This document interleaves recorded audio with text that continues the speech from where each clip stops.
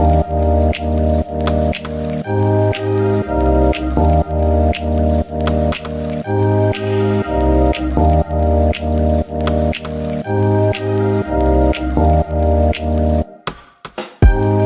guys, welcome to another video here at Exclusively Tasha. That's me. I wanted to have a video talking about something important other than natural hair, other than what I do on my free time. I wanted to talk to you all about the importance of mental health and the importance of taking the time that you need from people. I am one of those people that I love the people that I love, but I also need my me time. And I don't think some people understand that because they're needy and they always have to be with someone. I am super comfortable by myself. I am super comfortable alone. I'm comfortable doing my own thing. And where that can be negative is I don't allow or understand how to let people kind of in my space, I guess you could say. But I just wanted to talk about the importance of mental health and being at peace within. We take up so much time trying to appease others, trying to make everybody else happy, trying to make sure everybody else is successful and goes to bed at night pleased with whatever it may be. It could be work, school, a relationship, a friendship, a family member. And then we go to bed at night with all of these worries. We go to bed at night feeling a void.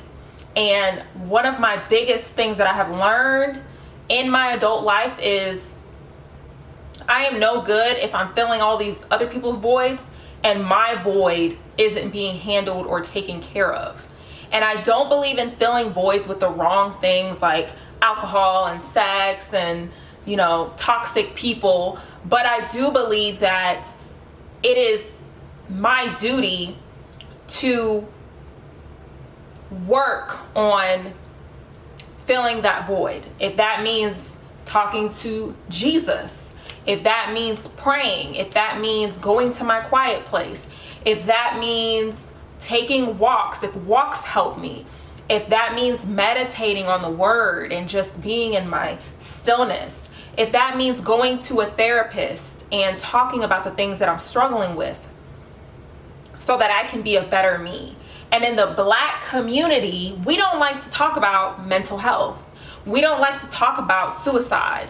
We don't even sometimes want to hear our family members tell us that they feel alone or tell us that they feel ugly or tell us that they want to kill themselves. And it's a topic that needs to be talked about because our beautiful children, adults, just people are dying at the hands of mental health and it not being taken care of.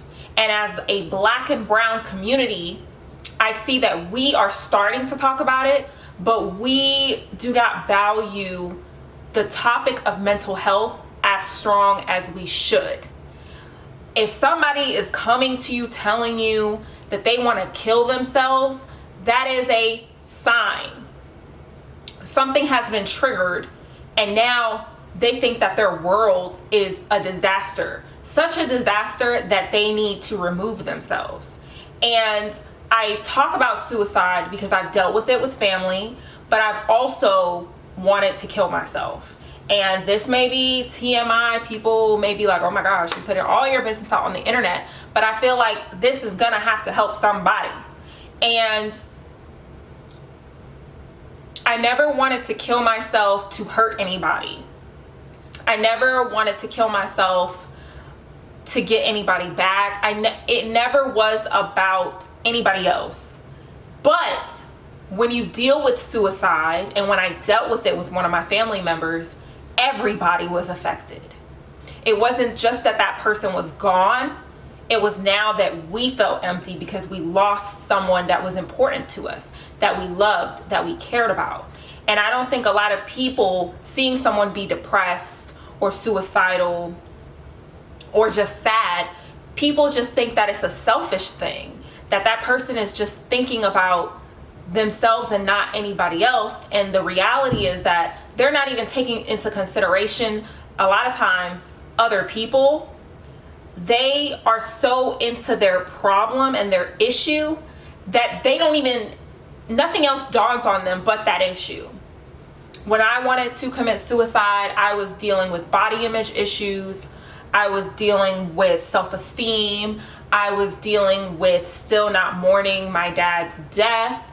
I was dealing with not feeling good enough in friendships or a household.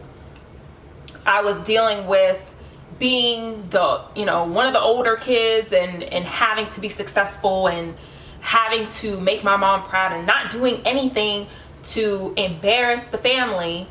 And it was just too much. I just had so much baggage that I didn't even know how to handle the baggage that I was dealing with. I didn't know who to talk to. Mind you, I've been in church since I was little and participated in church. So I would be in church every Sunday. Even in college and undergrad, I was in church every Sunday. Even as an adult now, I am in church pretty much every Sunday. And it's like, you can go to church, but that doesn't mean that your issues are just gonna magically be fixed. You have to do the work on top of hearing the word, on top of receiving the word. You have to use what you receive. It's like somebody giving you groceries and you wanting to make a meal, but you don't utilize those groceries to make the meal. So now there's no meal. It's just ingredients. We are given so many resources, not only by, I feel like, the Lord, but in this world that we don't utilize because we are ashamed. And when I wanted to commit suicide, I was very, I just felt like I wasn't doing what I needed to do. Like, I felt like nobody was pleased with me. Like, I get a job, I get money, I live in an apartment. Now it's not a nice enough apartment. I don't have a nice enough car. I do this for a friend, but I didn't do that. So now I'm not a good friend.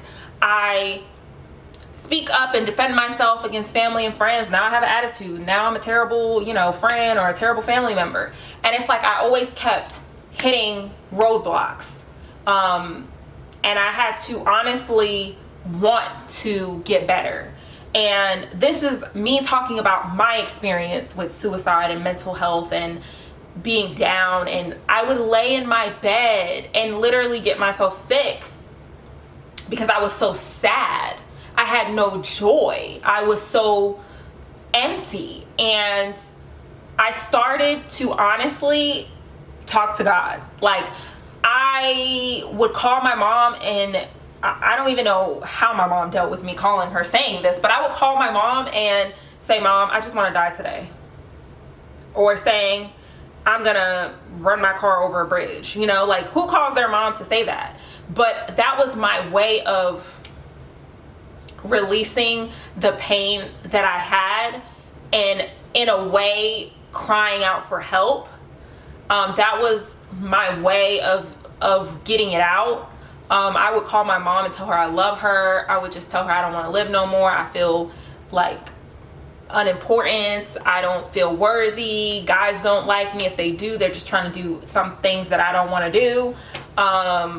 Girls are jealous of me. Why? What'd I do to you? And I had to really get into a place where I meditated on the word and I trusted God and I prayed and I kept people around me that prayed, and I asked God, what do I need to do? I got more into church. I started becoming friends with people who were in church. I started befriending people who dealt with depression and suicide. I started reading the Bible even more on my own. And I'm not perfect at all whatsoever, but that helped. I started vocalizing what I was going through to get it out of me. I started dealing with me being upset for 14, 15 years, however long that my dad's been gone and dead. And I started to deal with why I was upset and why I was holding on to the fact that I was angry at him for leaving my family in the way that he did. I mean, he died, but leaving us the way that he did, seeing my mom deal with being a widow and being left and dealing with 2 kids and being heartbroken and just all of the things that ended up shaping, some of, our lives, me and my brother's lives. Like, it just is what it is. But once I started to break down what I was going through, and I started to ask God for strength, ask God for guidance, resources started coming. People started speaking life into me. I started speaking life into myself. And this is just a short video. I could dive deeper, but now I don't want to die. Now I don't lay at bed at night asking God to take me. I would actually ask God, like, come on, Lord, go ahead, take me. I don't got no purpose. Take me. Like, I don't do that anymore. I have been redeemed. I feel like God has graced me with another opportunity to live, to love myself, to love my body, to love everything that I encompass, and to show others how to love themselves. And I hope you get this message, and I hope I'm relaying it the way that I'm supposed to. But coming from hating yourself for years and wanting to die and laying with knives and trying to cut yourself and trying to swallow pills, to now laying in bed in peace, let me tell you something. That is nothing but Jesus. And I can't thank anybody else but him for his grace and his mercy. Like, comment, and subscribe. Let me know what you think. And I'll be praying for you all. Bye, guys.